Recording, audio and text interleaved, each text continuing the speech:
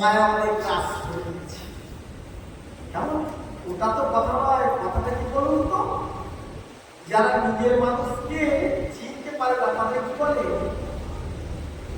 ধরুন আজকে এখান থেকে যাবে, ওরা বলছে বলছি এখান থেকে বাড়ি যাবে, ধরুন আধ ঘন্টা থেকে 1 ঘন্টা বাদে শেষ হবে, বাড়ি যাবে। কেমন? বাড়ি থেকে ডাকবেন, বুঝো বুঝতে পারছো? কেমন? উনি রাস্তাঘাটে ঘুরেছেন না, একটু আপনি এখানে এসেছেন তো উনি ঘুমাতে যাবেন, রাস্তাঘাটে ঘুরেছেন, ওই হাওয়া দিচ্ছে, হাওয়া লেগেছে আপনি ডাকছে, এই শুনছো ঘটনা তো,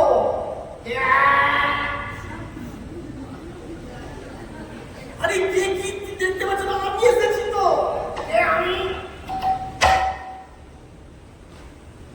ছেলেটাকে বলে বাবা কি বলছি, পাগলটা কি খেয়েছে নাকি, বাবা চিনতে পারছো না, আমি তো।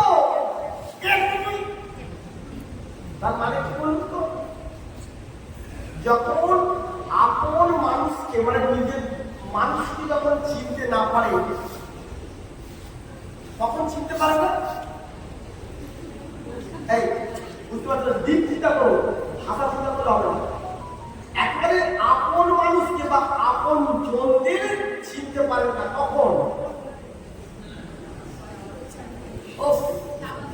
আপন জনকে চিনতে পারে না কখন, যখন তাকে ভূত প্রেত সাচ্চানি যখন তাকে ধরে হাত ভর করে।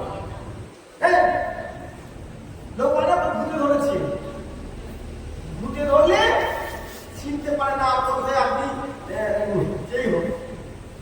তাহলে আমরা আমাদের আপন মানুষকে চিনতে পারছি না, আমরা আমাদের আপনটাকে জীব কৃষ্ণের নিত্য দাস তা ভুলিয়া গেল।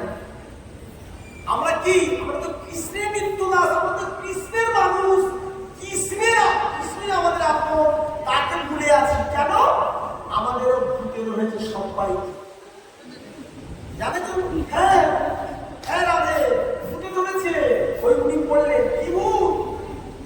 মায়া পিচাস, তার মানে কি মান দিল, মায়া পিচাস আমাদের ঘাড়ে বসে আছে।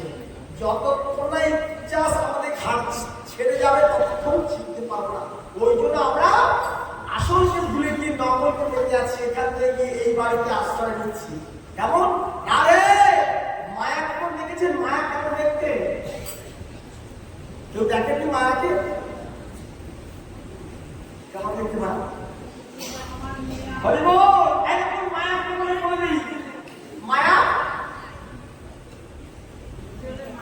গুটি পোকা গুটি করে কাটলে সে অনায়াসে কাটতে পারে। গুটি পোকা, হ্যাঁ গুটি পোকা গুটি করে কাটলে সে অনায়াসে কাটতে পারে, কিন্তু এমন নির্মল গুটি ও ভাবে বাহ আমি ভালো জায়গায় বসে আছি, আমি কেউ ছুটতে পারবে না। সেই গুটিটাকে নিয়ে গিয়ে গরম জলে দিয়ে ছুটিয়ে দেবে। তাহলে এই যে বিশ্বাসটাই হচ্ছে তার মায়া। হরিবল, কেমন? রাধে রাধে। বিল কেটে ধুনি পাতে মিন কাতে প্রবেশ করে। ধুনি দেখেছেন তো? ধুনি বিল কেটে ধুনি পাতে মিন কাতে প্রবেশ করে, যাওয়া আসা দুই দুয়ারই খোলা, কিন্তু মিন পালা কিনারে মানে মাছ যখন ওগুলো প্রবেশ করে ভাবে আমাকে কেউ আর ছুঁতে পারবে না। কেন? ওই যে নির্বোধ ও ভাবছে আমাকে আর কেউ ছুঁতে পারবে না, ওটা হচ্ছে মায়া। কেমন? হাতি যদি মন ধরে মাহুতে কি করতে পারে, এমন নির্বোধ হাতি ওই একটা সামান্য মানুষ মাহু যেদিকে বলে সেদিকেই ফিরে যায়। হরিপল এই বলছে কি, এ হচ্ছে মায়া। কিন্তু কৃষ্ণের সঙ্গ যারা পেয়েছিলেন তারা মায়ার পৃথিবীতে তারা ছিল না। কেমন? তারা আপন দিয়ে যাওয়ার জন্য আনন্দে একেবারে আত্মা। রাধে রাধে। শুনুন, আমাদের বুঝতে পারছি একটা কথা লাস্ট শুনে রাখুন, বাড়িতে যাবেন তো বটেই, যাবেন ভালোভাবে সবাই থাকবে, কি করবেন? অন্তত পক্ষে কি করবেন? অখাদ্য কুখাদ্য খাওয়া থেকে বিরত থাকবেন। কেন জানেন? আমার কথা নয় কিন্তু শাস্ত্র বলছে।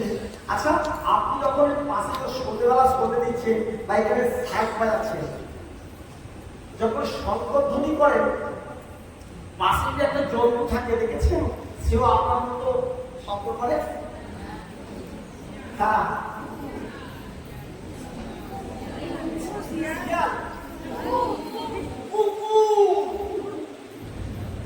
মঙ্গল ধ্বনি যদি করা হয় পাশে কুকুর থাকে ওই রকম শব্দ করে, যার শব্দ করে পৃথিবীর কোনো জন্তু কিন্তু করে না, ওরাই করে। কারণটা কি? কুকুর যখন রাধে রাধে, কুকুর যখন বুঝতে পারে পূর্ব জন্মের কথা, পূর্ব জন্মের কথা মানেটা কি? আত্মতত্ত্ব জ্ঞান। আপনি এক সপ্তাহ আগে কি রান্না করে খেয়েছেন আপনি বলতে পারবেন? ভুলে গেছেন। তা পূর্ব জন্মের কোথায় ছিল আমার মনে আছে নাকি? তাহলে মানুষকে ভগবান আত্মতত্ত্ব জ্ঞান দেননি, সেই জন্য আগে জন্মের কোথায় ছিল আমি বলতে পারবো না। কিন্তু কুকুরটাকে আত্মতত্ত্ব জ্ঞান দেওয়া হয়েছে কেন? জগৎকে দেখানোর জন্য। কুকুর যখন মঙ্গলধ্বনি শোনে তখন ওরকম চিৎকার করে কেন? আত্মতত্ত্ব জ্ঞান ফিরে পায়, পূর্বজন্মে কি করেছিল তার মনে পড়ে যায়। অখাদ্য খাদ্য খেয়েছিলাম, ভগবান মঙ্গলময় তিনি বললেন তুমি এত কষ্ট করে রাধে রাধে 300, 400, 500 টাকা করে কিলো কিনে নিয়ে আসছো, এটা ওটা সেটা দিয়ে পরিপাক করে আমরা তো খাচ্ছ।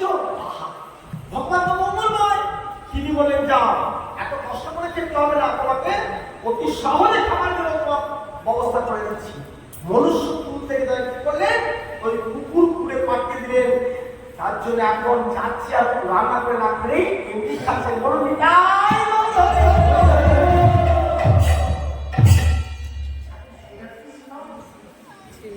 বিশ্বাস করবেন 30 টাকা পঞ্জিকা দাম, 30 টাকা। বেনিমাধব ছিল, বেনিমাধব ভট্টাচার্য যাই হোক মদনমুক্ত, 30, 40, 50 টাকা দাম। প্রথম 2-3টে পাতা কিনতে ফেলবেন, তারপরে লেখা আছে দেখবেন হরিবল লেখা আছে রবিবার দিন।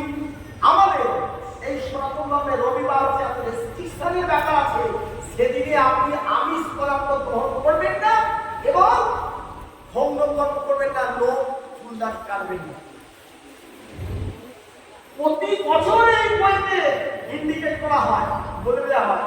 কিন্তু দেখেছেন সেই দিনেতে রবিবার দিনে বাজারে চলে গেল, ভালো মতো কিনে নিয়ে এলো, আর চুলদারি কেটে নায়ক হয়ে গেল, হয় না? অধঃপতন হতে দেরি নেই, অধঃপতন হতে আর দেরি নেই। খুব তাড়াতাড়ি সমাজ নিশ্চিন্ত হয়ে যাবে। এত প্রচার, এত আচার ভগবান আর সহ্য পাচ্ছেন না। হরিনাম বলতে কি হবে? হরিনাম মেরেছে, ভক্ত তো নেই, ভক্তি নেই। ভক্তি নেই বলে ভক্ত জাহান্নামে চলে গেছে। আপনারা কি করে? উপায় নেই, চালা দিয়েছেন, এখানে বসে আছেন। হ্যাঁ, কালকে সকালে গিয়ে আপনি কথা বলতে একটা কথা মনে রাখতে পারবেন না। কেন?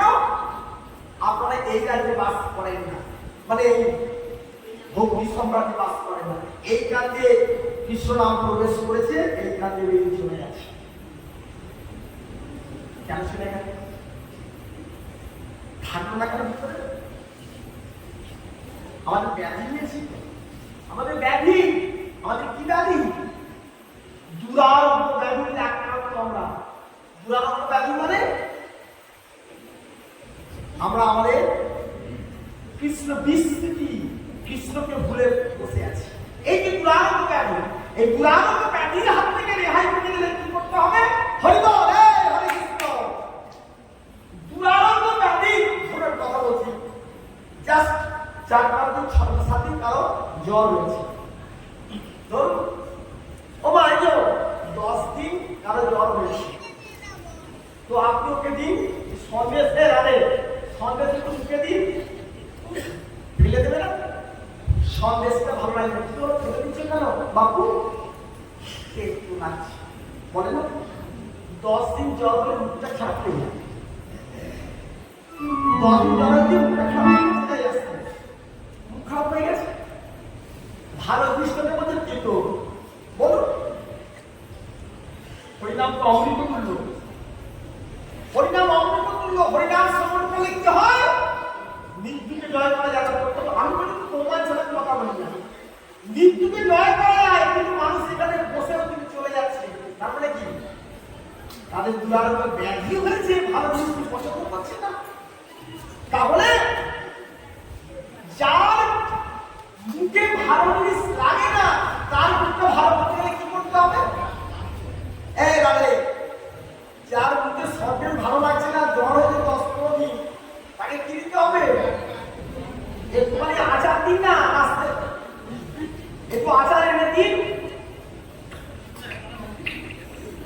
খাবে না? ভালো লাগে কিন্তু দারুণ লাগে।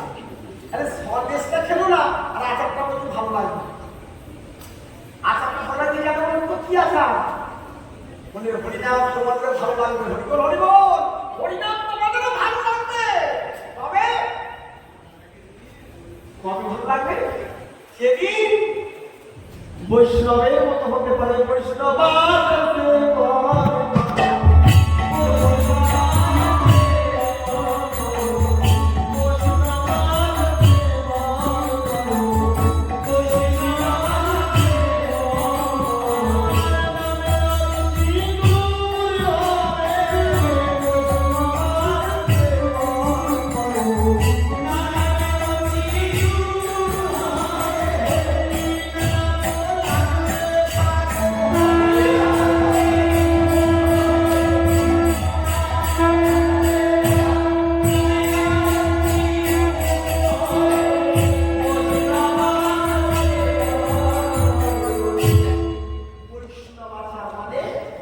বৈষ্ণব হবে ছিল বড় সাধ নাদ শ্লোক করে পড়ে যাবে। বৈষ্ণব হতে গেলে কি করতে হবে? নাদ সূচন গুরুদেব সহিষ্ণুনা নামানি নপন্দেন কীর্তনসা। এইভাবে জীবনযাপন করলে হবে না, হবে না। তার কারণে আসা যাওয়া দিতে হবে। যাওয়ার সময় কি আমাকে নিয়ে যাবে বড় হরি বলে তখন শুনতে পাবো নাকি? বলুন, তখন শুনতে তখন হয়ে গেছি বলা হরি। আর আপনি কি বলবেন? যিনি মারা গেছেন তিনি কি বলবেন? না না, সারা জগৎ সব হয়ে গেছে। এই হরি বল, তুমি তো একটা দৃষ্টান্ত কোনো মতো চোখে আঙুল দিয়ে দেখাচ্ছে সারা দেহ সব হয়ে গেছে, কিন্তু এইটুকু অংশ শেষ সব হলো না। এরা বলছে বলা হরি, আর বলছে না না। খালি সময় আছে, যেমন তেমন করে যে কোনো অবস্থাতে হোক গুরু যদি নাও বলতে পারবেন বলতে পারে। হ্যাঁ, তা অবশ্য ঠিক আপনি বলেছেন। হ্যাঁ, ওটাই ব্যাপার। তারপর তো নড়ে রাধে রাধে। যাই হোক, যেমন তেমন অবস্থাতে হোক অন্তত বলবেন হরে কৃষ্ণ। হরে কৃষ্ণ মানে ভিতর থেকে যত আমাদের অপরাধ আছে হরণ করবে, শোষণ করবে। কে করবে? কৃষ্ণ ভগবান বিশ্ব ব্রহ্মাণ্ডের মালিক। তিনি যখন ফিরে যাবার জন্য তৈরি, তো ডাক শুনে না, এই কি করছিস? ভালো লাগছে নাকি? রাধে রাধে সিধা সিধা বলছে কানাই, আমরা বললে হবে নাকি? আমরা বললে হবে না, তুই একটা কাজ কর। আমরা বাজার না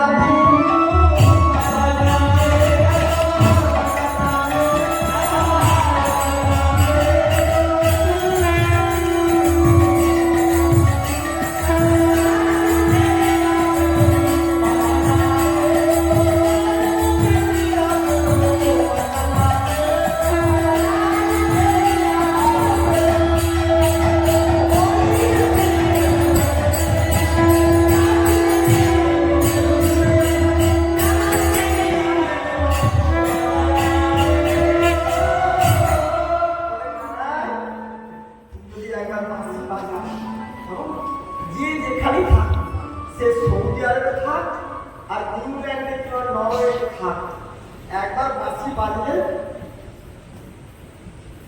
সে চলে আসে, বাধ্য হবে। আমরা ডাকলে হবে, যে ধরুন নরওয়ে আছে আমার বন্ধু, আমি যদি বলি চলে আসি বলুন, আপনার বাড়ির লোক চলে যাবে, ভালো লাগে না। আর কখন হোক শুনতে পাবে না, শুনতে পাবে না। তুমি কৃষ্ণ যদি এখন চলে এসো, কৃষ্ণের ডাক কোনো খবর নেই, যে যেটা থাকবে